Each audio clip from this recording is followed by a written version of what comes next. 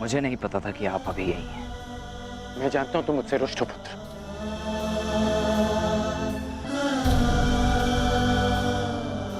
अब समझ में आ रहा है मुझे कि माता और सुप्रिया मुझे तुमसे मिलने से क्यों रोक रही थी। माता और दादी माँ को सदा यही लगता था कि हम एक दूसरे से ना मिलें, परंतु सत्य तो ये है कि मैंने सदैव इस भेंट की प्रतीक्षा की कि मैं आपको बता सकूं जो परिवर्तन आप लाना चाहते हैं वो बस केवल एक स्वप्न है जो कभी पूरा नहीं हो सकता। इतने वर्षों में भी आप कुछ नहीं कर पाए। साधारण असहाय मनुष्यों पर आज भी अत्याचार होते हैं, उन पर अन्याय होता है और इस अन्याय को रोकने का एक ही उपाय है, अत्याचार और अत्याचारियों को जड़ से उखाड़कर फेंक दिया जाए। ये हल नहीं है पुत्र, ये हल नहीं है। अपनी अपनी सोच है। आप परिवर्तन में विश्वास रखते हैं और मैं परिणाम। आप कर्म पर विश्वास करते हैं और मैं फल पर। मैं वृक्ष से मिले फल पर विश्वास करता हूं।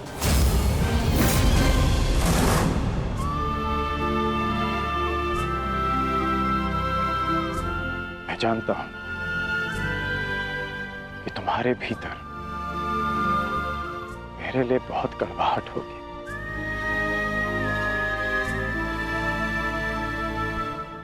परंतु मुझे विश्वास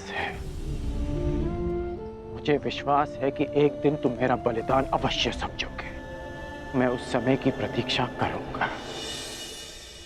वो समय आएगा पुत्र, वो समय आएगा। वो दिन कभी नहीं आएगा जब मैं आपके तर्कों से सहमत होऊंगा। आपने अपना मार्ग चुना और मैं अपने चुने मार्ग पर चलूंगा। आप कीजिए प्रतीक्षा परिवर्तन की, परंतु मैं परिणाम लाऊंगा और मैं अपने मार्ग में किसी को नहीं आने दूंगा, फिर चाहे मुझे उसके लिए किसी का भी सामना करना पड़े। और यदि आपका भी सामना करना पड़ा तो मुझे स्वीकार है।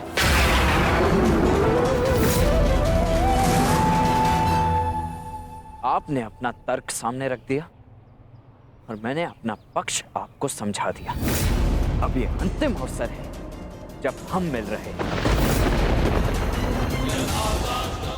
ईश्वर से प्रार्थना है कि अब जब कभी भी हम एक दूसरे के सामने आए तो एक दूसरे के विपक्ष में ना हो, क्योंकि यदि ऐसा हुआ तो हम दोनों में से कोई एक ही जीवित बचेगा।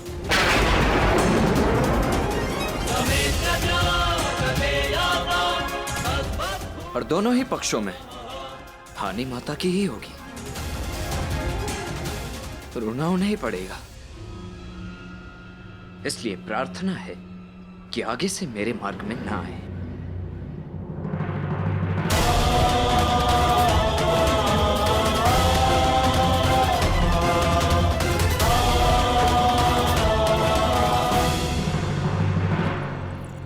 ये सुंदर है।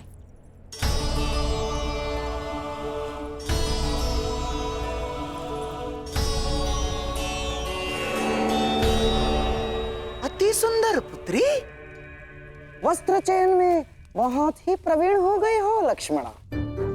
एकांत। नहीं मामाश्री, प्रवीण तो आप हैं मनाने में। हैं? मुझे तो विश्वास ही नहीं हो रहा कि ये चमत्कार कैसे हुआ। पिताश्री को कैसे मनाया? विश्वास के कारण, क्योंकि शकुनी हमेशा अपने दिए वचन पूर्ण करता है। तुम्हें भी मुझ पर विश्वास करना सीखना होगा लक्ष्मणा। मुझे आप पर पूरा विश्वास है मामाश्री। तो क्या तुमने वो किया जो मैंने तुमसे करने को कहा था? क्या संभ विवाह में आएगा? जी मामाश्री, वो विवाह में अवश्य आएंगे।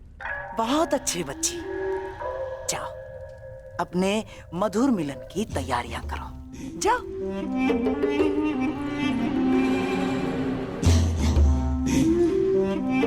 और मैं कृष्ण की पहली बार पराजय की कड़वी मुद्रा देखने की तैयारी करता हूं। मैं नहीं जानता कि तुम भविष्य देख पा रहे हो या नहीं, परंतु मैं तुम्हें हारता हुआ अवश्य देख पा रहा हूं। अवश्य। नहीं जीतोगे तुम, नहीं जीतोगे तुम। समझ नहीं आता ऐसा क्या है इस मोरपंख में कि सब इसे देखते ही अपना शीश झुका देते हैं। क्यों इसे देखते ही सबके मन में भक्ति उमड़ पड़ती है। जाने दो मित्र, जिसके मन में जो भावना है उसे रहने ही दो।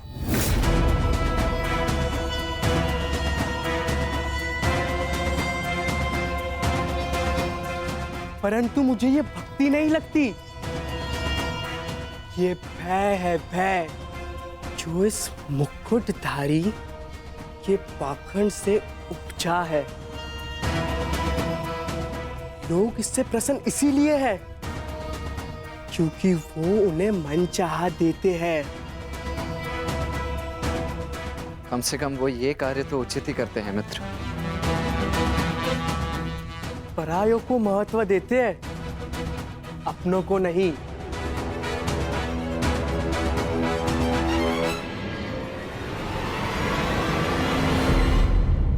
परंतु हम अपनों की बात करें मित्र। तो क्या निर्णय लिया तुमने? विराटनगर आ रहे हो ना? तुमने सुना नहीं, मैं वहां नहीं जाऊंगा जहां मेरे पिता महान श्री कृष्ण वासुदेव हो। मुझे समझाने में तुम अपना समय व्यर्थ कर रहे हो मित्र। मैं तो स्वयं तुम्हें वहां जाने से रोकने आया हूं मित्र, क्योंकि वहां जाना समय को व्यर्थ करना ही है, अनावश्यक है। वो अभिमन्यु तुम्हें एक आंख नहीं भाती तो तुम उसके विवाह में जाओगे क्यों? हाँ, वो माना कि लक्ष्मणा वहां आ रही है, परंतु उससे क्या अंतर पड़ता है?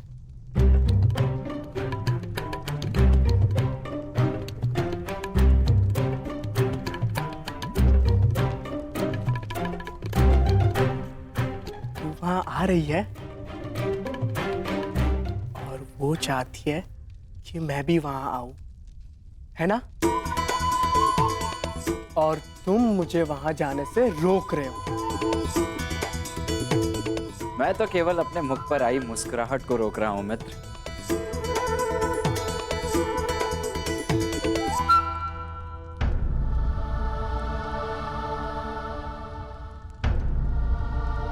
काकाश्री,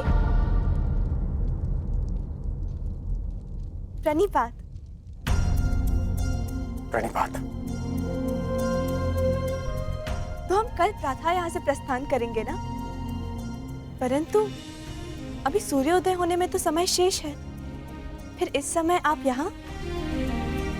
मैं जांच रहा था कि सुरक्षा प्रबंध पर्याप्त है या नहीं,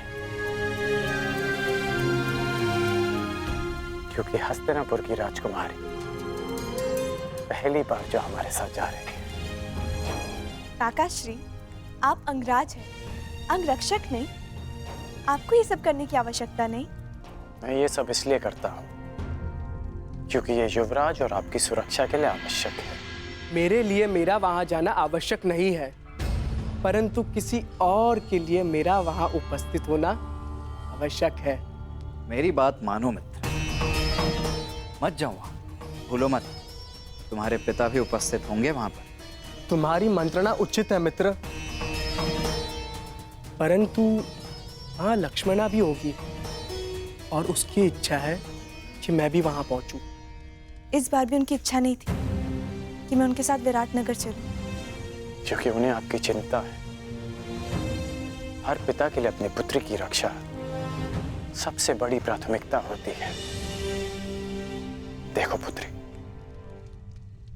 उनके वहां बहुत शत्रु हैं, इसलिए आपको वहां ले जाना सुरक्षित नहीं है। परंतु हम विवाह में जा रहे ना काकाश्री, युद्ध करने तो नहीं। शत्रु शत्रु होता है, कब युद्ध छेड़ दे कोई नहीं जानता, और एक पिता का सबसे बड़ा कर्तव्य है अपनी संतान की सुरक्षा होती है। मुझे कोई अंतर नहीं पड़ता कि मेरे पिता मेरे विषय में क्या सोच रहे हैं। तुम्हारा आग्रह डालने के लिए क्षमा चाहता हूँ मित्र, परंतु मैं विराटनगर जाऊंगा लक्ष्मणा से मिलने के लिए, चाहे वहां कुछ भी हो। निश्चिंत होकर जाओ अमित।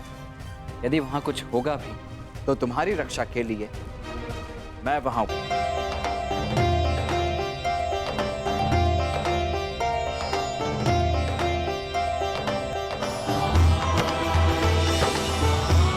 माते,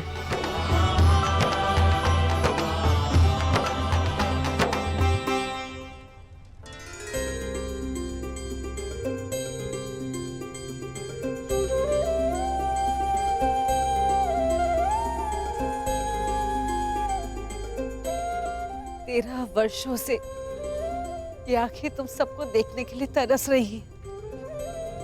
अच्छा नेतृत्व हो जाने दो।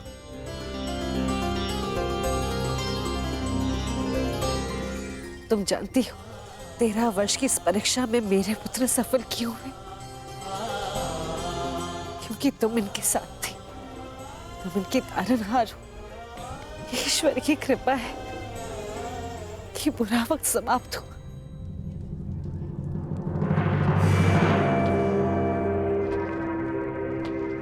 और किसी का बुरा समय प्रारंभ हुआ।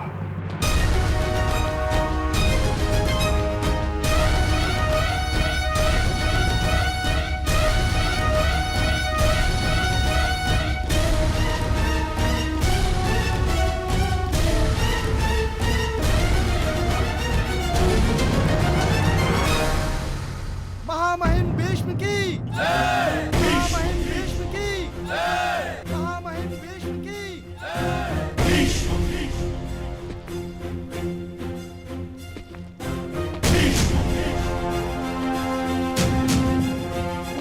आप यहाँ पधारे, हम धन्य हुए पितामह। प्रणिपात। आयुष्मान भव।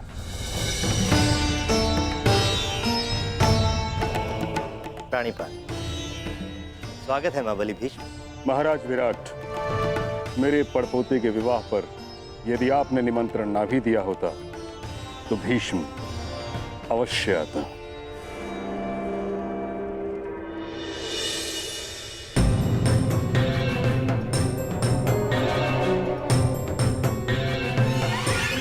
आइए महाबली भीष्म।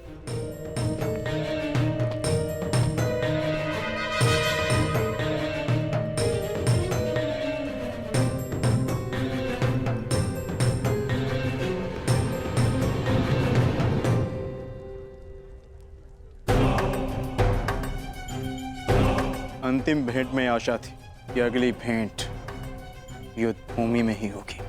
मेरी भी आशा टूट गई अर्जुन। वैसे पुत्र के विवाह की बधाई हो। स्वागत है। धन्यवाद।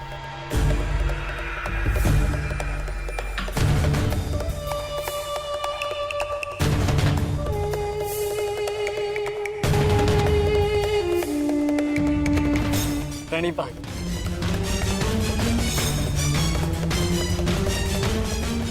देख रहे हैं मामाश्री, किस बात की ये पितामह इन पांडवों से घुल मिल रहे हैं। कोई जाए उन्हें बताए, समझाए उन्हें कि कुछ ही समय पश्चात यही पांडव युद्ध में हमारे विरुद्ध खड़े होंगे। शांत रहो दुर्योधन। मुख मुद्रा सुंदर नहीं बना सकते तो कम से कम सुंदर शब्दों का प्रयोग तो करो। और ये मत भूलो कि हम यहाँ केवल अभिमन्यु के विवाह के लिए नहीं आए।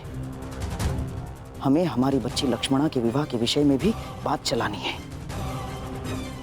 और एक कर्तव्यनिष्ठ पिता की भांति व्यवहार करना सीखो और ये बचपना छोड़ो।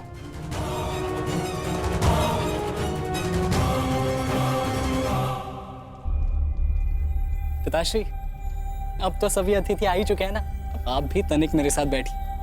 मुझे आपको कितना कुछ पता है। 13 वर्षों पश्चात आपसे मिलना और इतना समय भी नहीं मिला कि आपको बता सकूं कि मैंने क्या क्या सीखा है। अवश्य।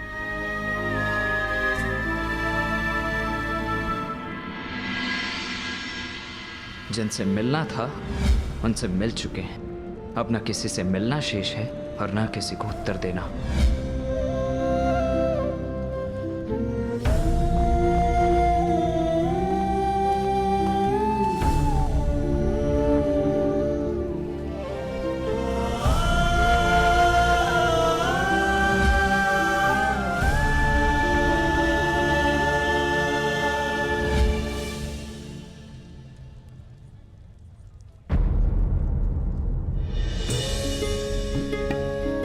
वासुदेव,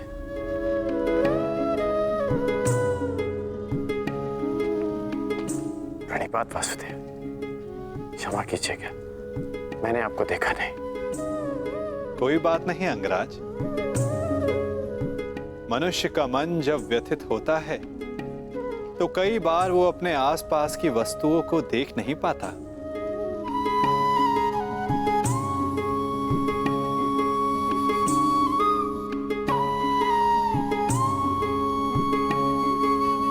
मैं व्यथित हूं,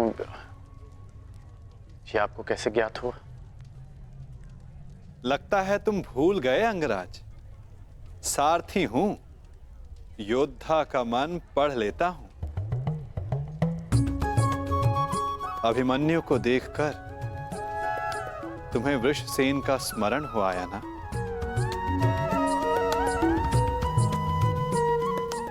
ना कहूंगा तो असत्य होगा। पिता पुत्र का संबंध बड़ा विचित्र होता है। दोनों जन्म से जुड़े होते हैं, साथ होते हैं, परंतु कई बार साथ आने में बड़ा समय लग जाता है। अपने संतान के उज्जवल और स्वतंत्र भविष्य के लिए एक पिता अपने पुत्र से दूर रहता है, परंतु उस दूरी को समाप्त करने में उसे ही वर्षों लग जाते हैं। परंतु मुझे तो भय है कि कहीं अधिक विलंब ना हो जाए। ये तो समय ही बताएगा अंगराज।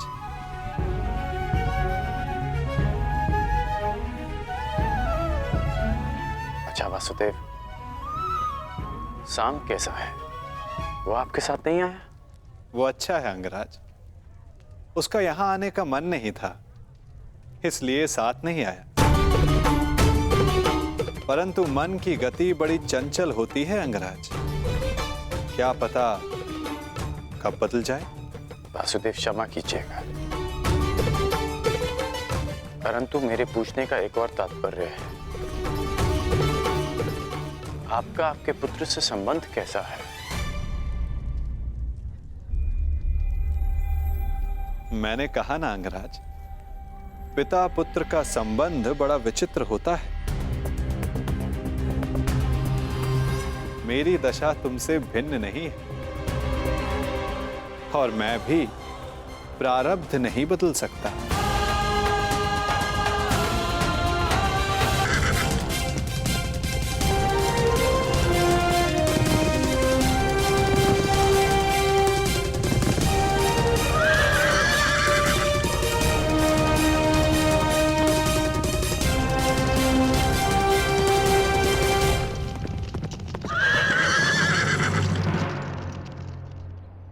रुक क्यों गए मित्र? अभी विराटनगर दूर है। परंतु मेरा साथ यहीं तक था मित्र सांब। अर्थात तुम चाहते हो कि मैं वहां अकेले सबके समक्ष प्रस्तुत हो? नहीं मित्र, तुम मेरा साथ नहीं छोड़ सकते। मैं तुम्हारा साथ नहीं छोड़ रहा हूं मित्र, मैं यही तुम्हारी प्रतीक्षा करूंगा। परंतु ऐसा क्यों? जब तुम यहां तक आ ही गए हो तो मेरे साथ क्यों नहीं चल सकते? क्या बात है मित्र? क्योंकि आने वाले पल तुम्हारे प्रेम लक्ष्मणा से तुम्हारे मिलन के सुखद पल हैं मित्र। मैं उसे बिगाड़ना नहीं चाहता। परंतु ऐसा क्यों होगा? तुम भला कोई बाधा क्यों डालोगे? क्योंकि कौरव वहां आए तो मेरे पिता भी अवश्य आए होंगे। मेरे पिता भी वहां है। हमें उन्हें अनदेखा करना है। कुछ बातें अनदेखी नहीं की जा सकती मित्र। मैं उनसे अंतिम भेंट करके आया हूं। यदि अब भेंट होगी तो विध्वंस होगा, और मैं ये नहीं चाहता। ऐसा नहीं है वृषसेन। ऐसा ही है मित्र। अब यहां से तुम्हें अकेले ही जाना होगा, परंतु विश्वास करो, यदि कुछ भी अशुभ होता है तो पीछे पलट कर देखना, मुझे समक्ष पाओगे। जाओ सांब, लक्ष्मणा तुम्हारी प्रतीक्षा कर रही है। और हाँ, शांत रहना मित्र, स्वयं किसी संकट को आमंत्रण मत दे देना। प्रयास करना कोई समस्या उत्पन्न ना हो जाए। मैं समस्या उत्पन्न करने नहीं मित्र, समस्या का अंत करने जा रहा हूँ और एक नए जीवन का प्रारंभ।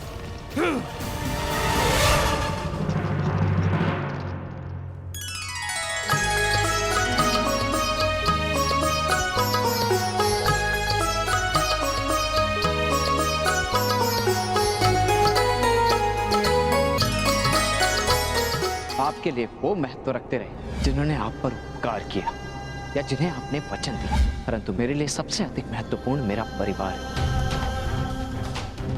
आपने कभी सोचा है कि वर्षों के पश्चात जब आप अपने परिवार के पास लौटोगे तो सब आपकी व्याकुलता से प्रतीक्षा कर रहे हो, परंतु मैं भिन्न हूं। आपकी भांति मैं अपने परिवार को उनके हाल पर नहीं छोड़ सकता।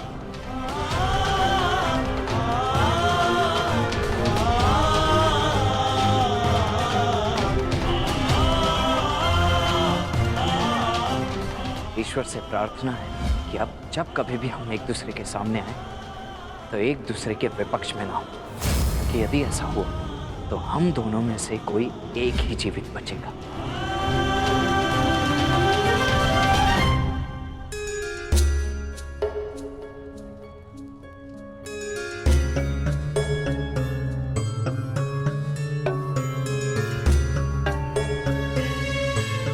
तुम्हारे मन की व्याकुलता में समझ सकता हूँ लक्ष्मणा, परंतु किसी की प्रतीक्षा में द्वार पर इतनी देर भी दृष्टि नहीं रखनी चाहिए कि सबकी दृष्टि तुम पर पड़ जाए। अवश्य कोई महान नीति का ज्ञान अपनी नातिन को दे रहे होंगे गांधार नरेश।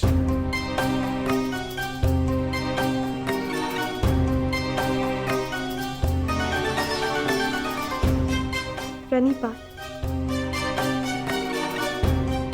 तुम्हारी मनोकामना पूर्ण हो पुत्री।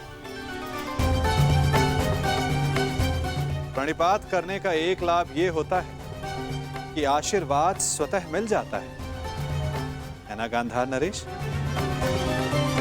वैसे ये बताइए, आपको उत्सव का प्रबंध कैसा लगा? अति उत्तम वासुदेव, आप ही की कृपा है बस। मेरी कृपा? उत्सव विराट राज का है और आप प्रशंसा मेरी कर रहे हैं। और किसकी करूं वासुदेव? आप जहां जाते हैं वहां सब कुछ आप ही के मन से तो चलता है।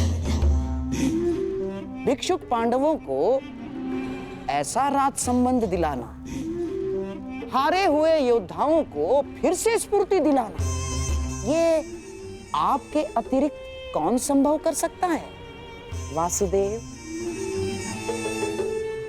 भला आप ही बताइए, कौन सोच सकता है कि जो कौरव विराट नगर की ईंट से ईंट बजा देने का स्वप्न लिए बैठे थे, वो विराट नगर का आतिथ्य स्वीकार करेंगे? ये योजना बना पाना, उसे सफल करना आप ही के तो बस में है वासुदेव। इसीलिए आप प्रशंसा के पात्र हैं।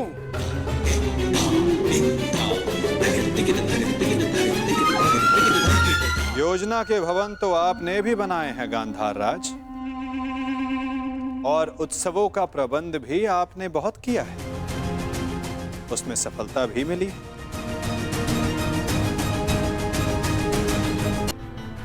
वो बात और है कि उसके लिए आपको प्रशंसा नहीं मिली, परंतु एक बात के लिए मैं आपकी प्रशंसा अवश्य करूंगा कि हस्तिनापुर के इतने महान दिग्गजों को यहां लाना कोई सरल कार्य नहीं है। युवराज दुर्योधन, महामहिम भीष्म जैसे दृढ़ पुरुषों को यहां लाना बड़ा कठिन कार्य है, जिसे आपने बड़ी सरलता से पूर्ण कर दिया। हस्तिनापुर को आप विराट नगर ले ही आए गांधार नरेश। भले ही उसके पीछे आपका कोई व्यक्तिगत कारण अवश्य रहा हो। मेरा क्या कारण होगा वासुदेव? क्या कारण होगा मेरा ना? अरे हाँ, मैं यहाँ सबसे मिला, परंतु आपका पुत्र सांब कहीं दिखाई नहीं दे रहा है। क्या वो आमंत्रित नहीं है यहाँ? जिसे आना हो उसे आमंत्रण की क्या आवश्यकता?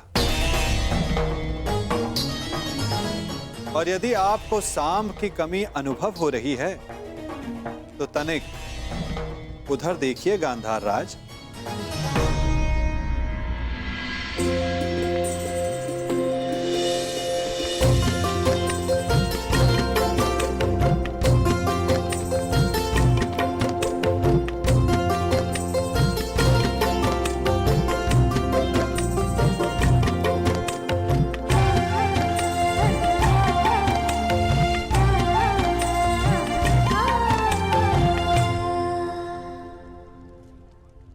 जिसके लिए आप बड़ी व्याकुलता से पूछ रहे थे, या ये कहूं बड़ी व्याकुलता से प्रतीक्षा कर रहे थे। प्रतीक्षा तो करूंगा ना वासुदेव।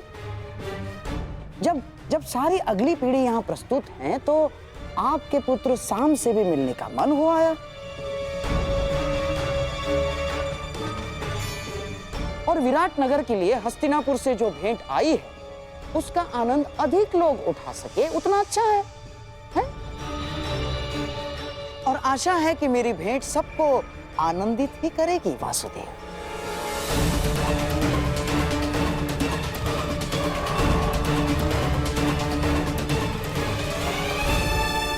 आज्ञा दीजिए वासुदेव, मैं उत्तरा से मिलके आती हूँ।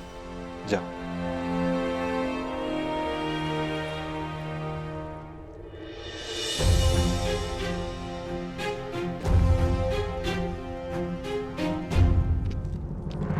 सांब,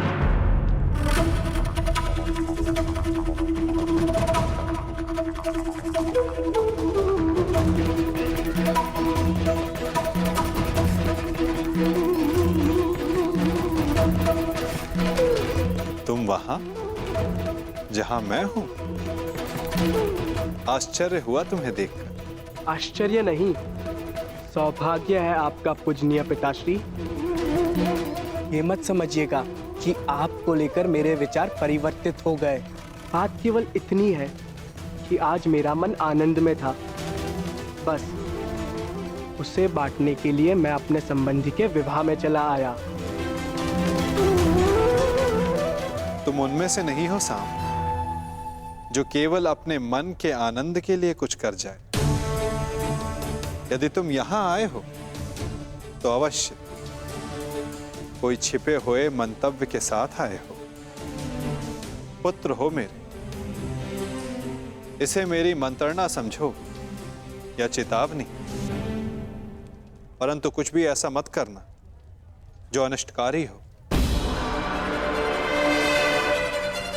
वैसे पूरा भारतवर्ष एक महायुद्ध के ज्वालामुखी के मुख पर बैठा हुआ है। उस युद्ध को प्रारंभ करने का कलंक अपने सर पर मत ले लो।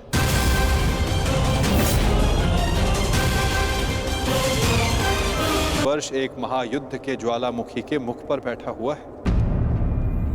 उस युद्ध को प्रारंभ करने का कलंक अपने सर पर मत ले ले। मुझे आपके भांति धर्म स्थापना की कोई चिंता नहीं। मैं यहाँ वो करने आया हूँ जिससे मेरे जीवन को संतुष्टि मिले।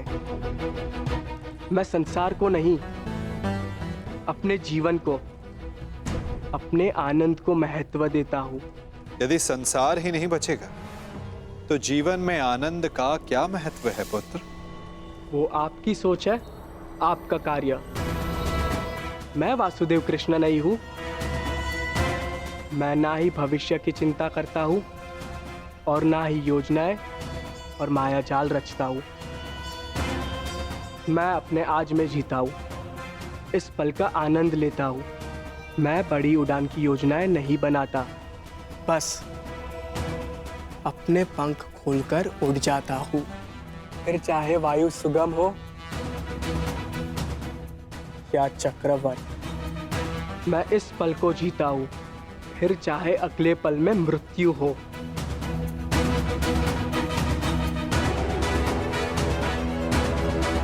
तुम नहीं समझोगे साम, उड़ने से मृत्यु नहीं होती। मृत्यु तब होती है जब वो धरा पर अनुचित तरह से टकराए। उड़ने में कोई बुराई नहीं, परंतु उड़ने से पूर्व धरा पर ठीक से उतरना आना चाहिए साम।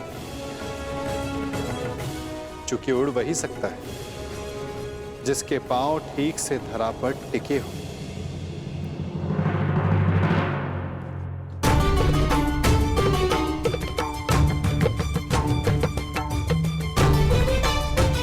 भद्र, इस शुभ अवसर पर इन अस्त्रों का क्या काम? सज्ज रह रहा हूं। विवाह उत्सव है, युद्ध नहीं। मनुष्य का भाग्य और योद्धा का युद्ध कब ललकार दे किसे ज्ञान, इसीलिए तैयार रहना श्रेयस्कर है।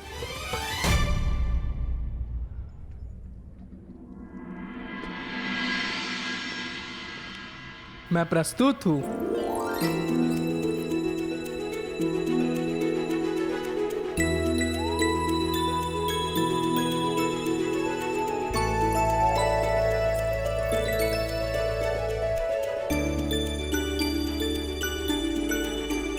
अरे ये अश्रु क्यों? मुझे लगा मुझसे मिलकर तुम्हारे मुख पर मुस्कान आएगी। मुस्कान आते आते रह गई और भय से अश्रु निकलने लगे। मेरे रहते कैसा भय? अनिष्ट का भय। मुझे विश्वास ही नहीं हो रहा कि ये सब होने जा रहा है। आशा है कि आज कदाचित मेरे पिताश्री और तुम्हारे पिता के मध्य हमारी संबंध की बात हो, परंतु शुभ कार्य में अनिष्ट तो होते ही है ना। बस इसी भय से अश्रु निकल। कोई अनिष्ट नहीं आएगा लक्ष्मणा, और यदि आया तो उसे मेरे बाणों का सामना करना होगा।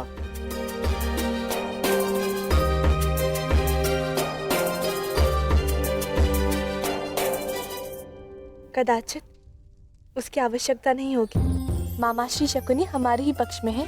मुझे गांधार राज की चिंता नहीं, समस्या तो तुम्हारे पिता और मेरे पिता के विचार भेद की है। इसीलिए तो मामाश्री शकुनी का हमारे पक्ष में होना श्रेष्ठ है। मुझे उन पे पूर्ण विश्वास है। देखना, वो कोई ना कोई मार्ग अवश्य निकाल लेंगे और पिताश्री भी मान जाएंगे। परंतु मुझे गांधार राज शकुनी पर विश्वास नहीं। ऐसा मत बोलो साम। और तुम्हें भी उन पर इतना विश्वास नहीं करना चाहिए, क्योंकि मुझे गांधार राज शकुनी पर विश्वास नहीं और ना ही अपने पिता पर, क्योंकि उन्हें मेरे हर निर्णय में, हर आकांक्षा में खोट दिखाई देता है।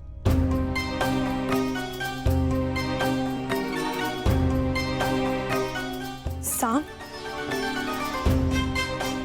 तुम्हारे पिताश्री परम श्रद्धेय हैं, उनका सम्मान करो।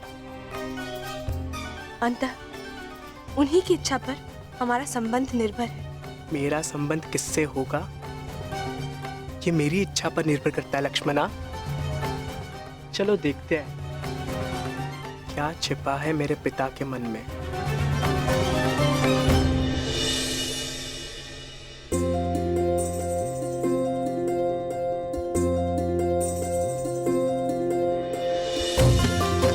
अंतिम बार एकांत में हाथ पकड़ रहे हो, अगली बार सबके समक्ष पकड़ोगे।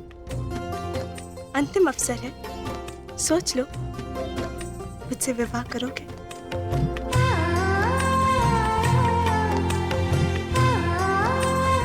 अवश्य।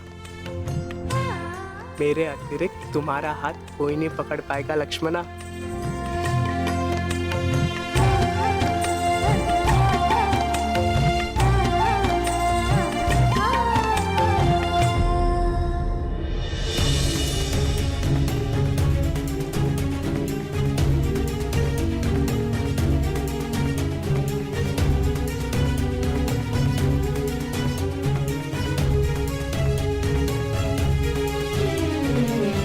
उपस्थित अतिथियों का निवेदन है कि अपना अपना स्थान ग्रहण करें।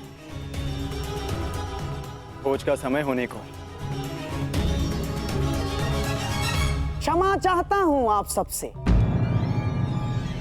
क्षमा।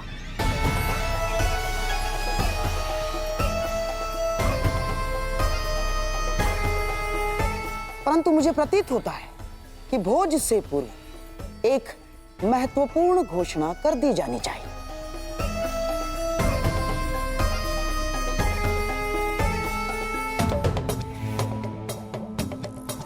कैसी घोषणा गंधार नरेश? अब इसे घोषणा माने या प्रस्ताव, मैं शकुनी समस्त हस्तिनापुर की ओर से क्षमा का प्रस्ताव रखता हूं।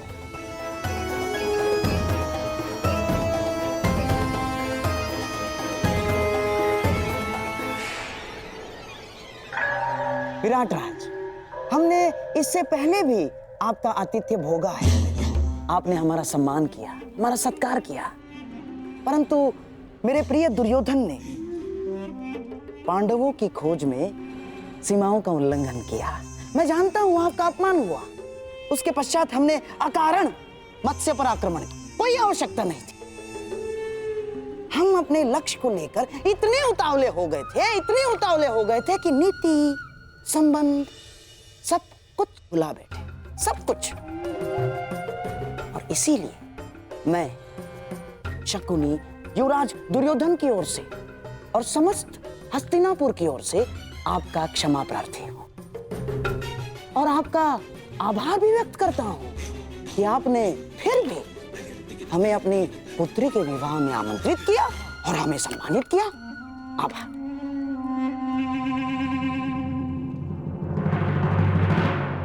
शकुनी का व्यवहार इतना विनम्र कब से हो गया?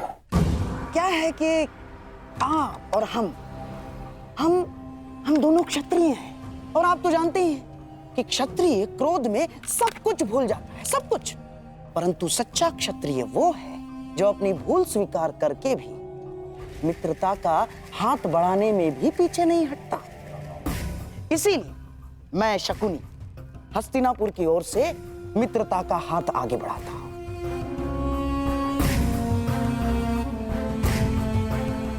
और इस मित्रता को बनाए रखने के लिए एक प्रस्ताव प्रस्तुत करता हूं।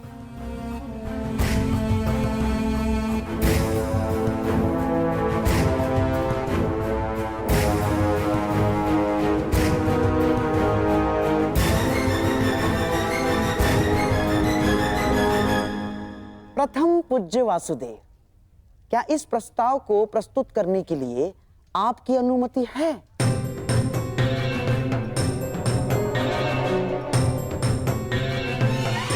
मित्रता बैर से सदैव श्रेष्ठ होती है गांधार राज। लो, अब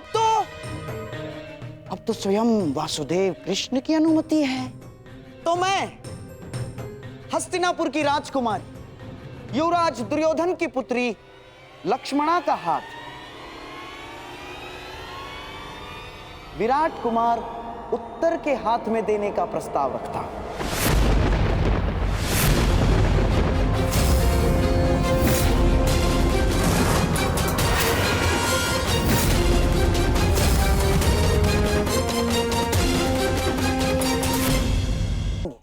और हमें संदेश देंगे कि आपने हमारी भूल को क्षमा किया।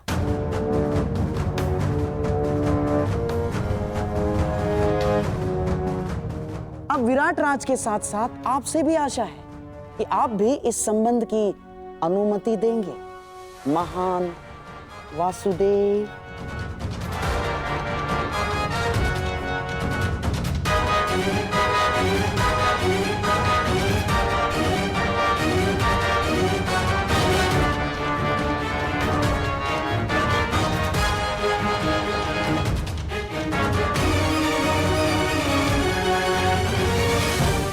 उत्तर का विवाह लक्ष्मणा के साथ?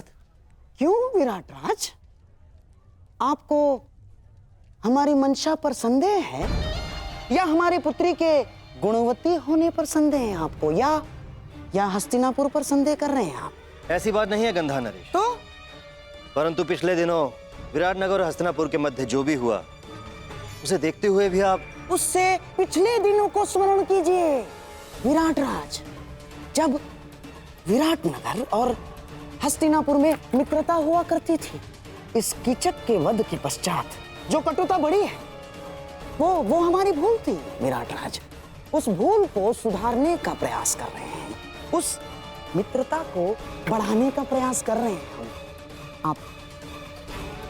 आप समझ रहे हैं ना मैं क्या कह रहा हूं विराट राज?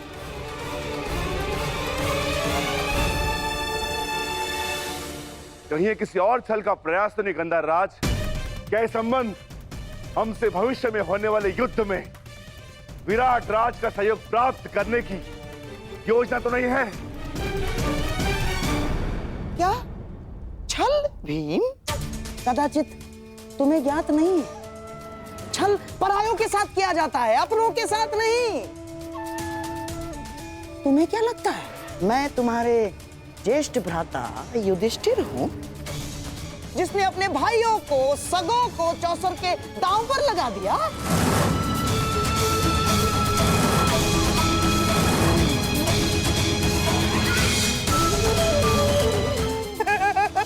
ना ना ना ना ना ना ना मैं लक्ष्मणा को, मेरे दुर्योधन की पुत्री को दांव पर नहीं लगाऊंगा ना। ये तो केवल मेरे सम्राट दुर्योधन का प्रस्ताव है और उसे मैं प्रस्तुत कर रहा हूं, बस।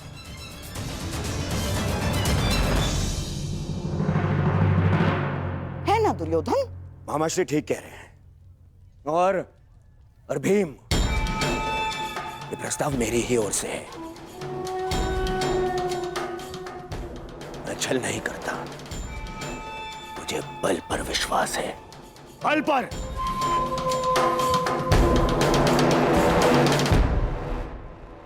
और हाँ भीम, राज परिवारों में विवाह संबंध होना कोई विचित्र बात नहीं है ना। और रही बात युद्ध में सहयोग की, तो राज परिवारों में विवाह संबंध होने का सबसे बड़ा कारण होता है शांति की स्थापना, या तो युद्ध में सहयोग की आशा। हाँ, जब तक कोई प्रेम प्रसंग ना चल रहा हो।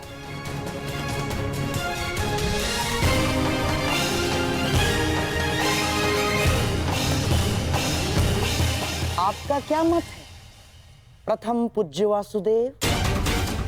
आपने भी अपने भांजे अभिमन्यु का विवाह उत्तरा के साथ इसी आशा में किया था कि पांडवों को युद्ध में विराटनगर का सहयोग मिल सके। मैं कुछ असत्य कह रहा हूं वासुदेव? और इतने महत्वपूर्ण निर्णय लेने से पूर्व की गई भविष्य गणना आपसे अधिक कौन समझ सकता है वासुदेव?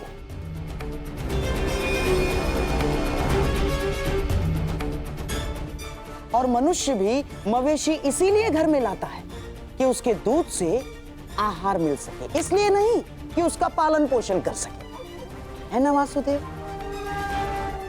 युद्ध भारतवर्ष के द्वार पर खड़ा है और ऐसे में हम युद्ध के सहयोग के लिए कोई विवाह संबंध बनाते हैं तो इसमें आपत्ति है वासुदेव? बताइए।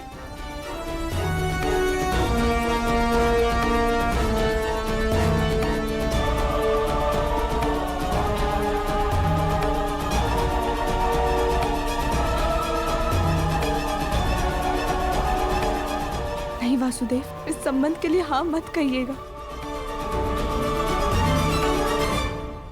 मैं गांधार नरेश के विचारों से पूर्णतः सहमत हूं।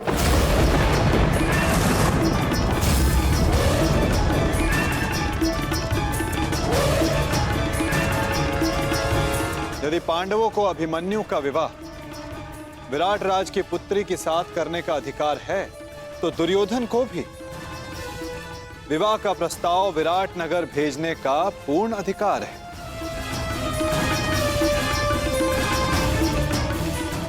परंतु अब निर्णय विराट राज का है।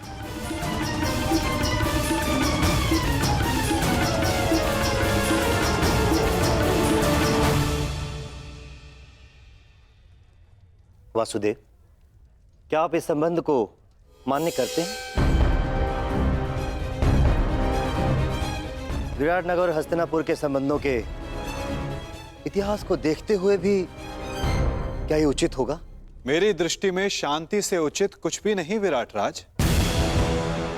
यदि गांधार नरेश बीते कड़वे संस्मरणों को भुलाकर उज्जवल भविष्य की कामना रखते हुए प्रस्ताव रखना चाहते हैं तो अवश्य गांधार नरेश को पूर्ण अधिकार है।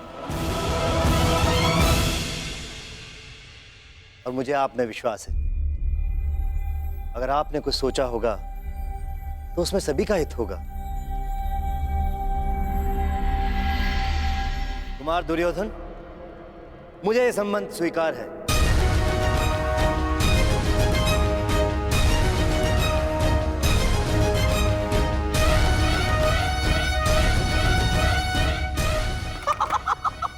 बधाई हो विराट राज। कितना शुभ दिवस है ये। जब हम यहाँ आए थे तो अतिथि बनकर आए थे, और अब जब जाएंगे तो संबंधी बनकर जाएंगे। मेरा और एक प्रस्ताव है।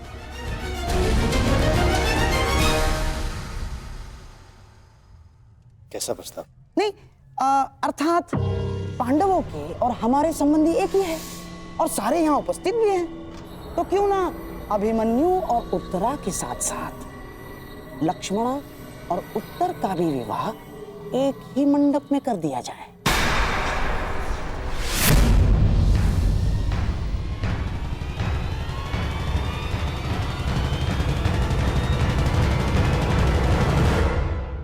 अति उत्तम विचार, स्वीकार है।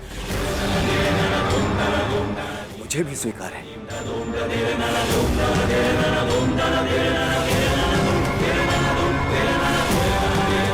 और मेरा भी निवेदन है कि सारे संबंधी गले मिलकर अपने कड़वे संस्मरणों को भूल जाए और फिर भोज आरंभ हो।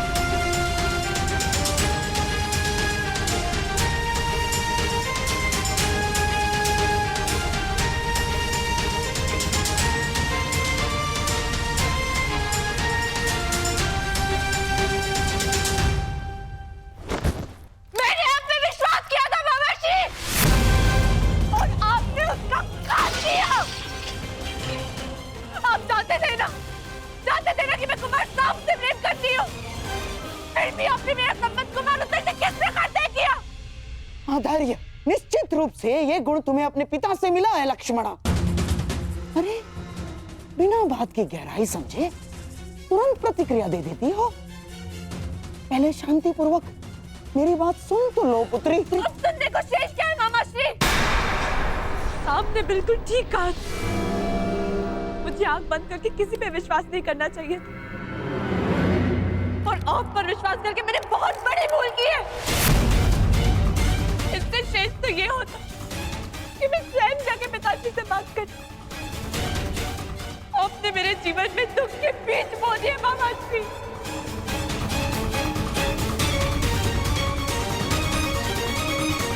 नहीं बच्ची, देखो पौधे के उगने से पूर्व ये भविष्यवाणी करना उचित नहीं है कि बीज बुरे थे। यदि तुम्हारे पिता की ही ये इच्छा थी तो मैं उसकी इच्छा के विरुद्ध कैसे जाता? क्या पिताश्री ने आपको ऐसा करने को कहा? यही तो मैं कब से समझाने का प्रयास कर रहा हूँ, परंतु तुम हो कि सुनते ही नहीं हो। तुम्हारे और सांब के विवाह का प्रस्ताव मैं दुर्योधन के पास लेके गया था, परंतु वो सुनते ही क्रोधित हो गया और उसने स्पष्ट रूप से कह दिया कि वो तुम्हारा विवाह कृष्ण पुत्र सांब के अतिरिक्त और किसी से भी करवा सकता है।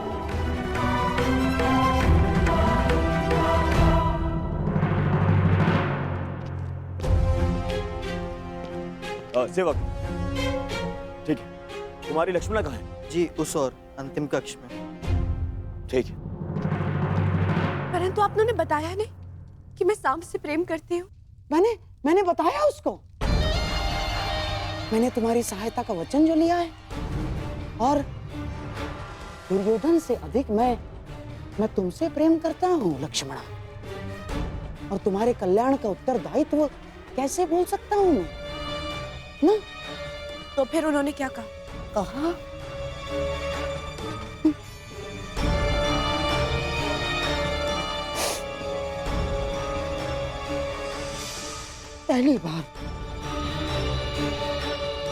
पहली बार उसने मुझसे कटु शब्दों में बात की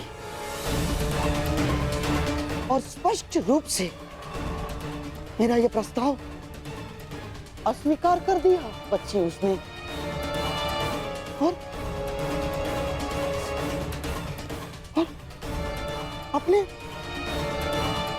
अपने मामा के नाश की चेतावनी दे डाली उसने। और बच्ची उसने मुझे आदेश दिया कि मैं कुमार उत्तर से तुम्हारे विवाह के विषय में विराट राज से चर्चा करूं। और तुम तो जानती हो बच्ची कि तुम्हारे पिता को जब क्रोध आता है तो वो अपने पिता की भी नहीं सुनता। और मैं तो ठहरा मामा।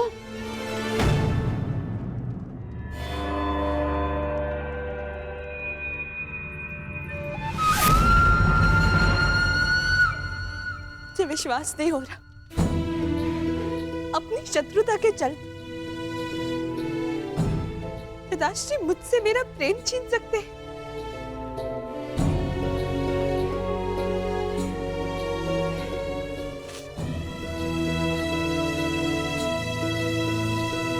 ठीक है, तो मैं भी उन्हीं की पुत्री हूं। मैंने निर्णय ले लिया है, अपने वर का चयन करना हर स्त्री का अधिकार होता है, और मेरा यह अधिकार मुझसे कोई नहीं छीन सकता, और मैं इस अधिकार का प्रयोग करूंगी। मैं सांब से प्रेम करती हूँ और केवल उसी से विवाह करूंगी, उसके अतिरिक्त किसी और से नहीं। और मेरा ये निर्णय कोई नहीं टिका सकता। अपने प्रेम की राह में मैं किसी को नहीं आने दूंगी, फिर चाहे वो मेरे पिताश्री ही क्यों ना हो।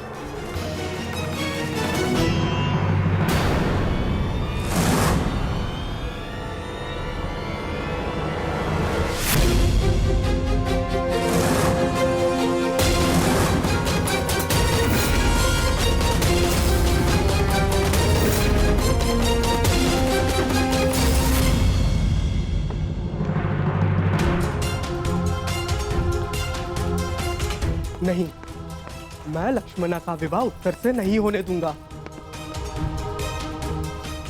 मुझे कुछ करना होगा। सांब,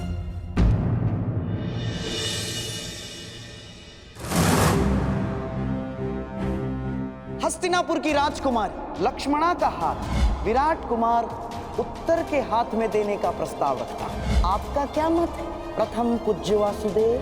मैं गांधार नरेश के विचारों से पूर्णतः सहमत हूं। सांब, जो कुछ होता है सबके हित के लिए होता है पुत्र। अच्छा, फिर आपका मेरा पिता होना क्यों मेरे हित में नहीं हुआ?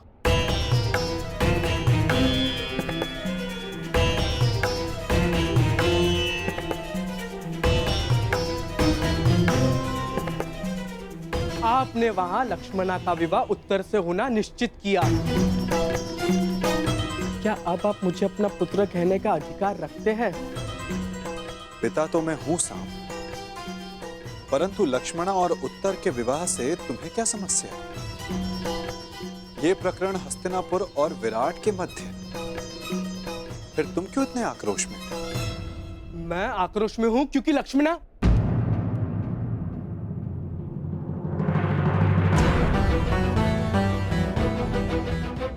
सारा संसार कहता है कि आप सबके मन की बात जानते हैं, तो फिर आप ये नहीं जानते कि मैं आक्रोश में क्यों हूं? इसका अर्थ ये है कि या तो सारा संसार झूठा है या फिर आप इस समय दिखावा कर रहे हैं। आपकी धोरी नीति मैं कभी समझ ही नहीं पाया, या फिर ये कहूं मैं कभी समझना चाहता ही नहीं हूं, क्योंकि आप केवल चाहते हैं कि सब आपके समक्ष झुके, लेकिन मैं उनमें से नहीं हूं। आपको मेरे साथ ये छल नहीं करना चाहिए था, और मैं आपका ये प्रहार जीवन भर नहीं भूलूंगा।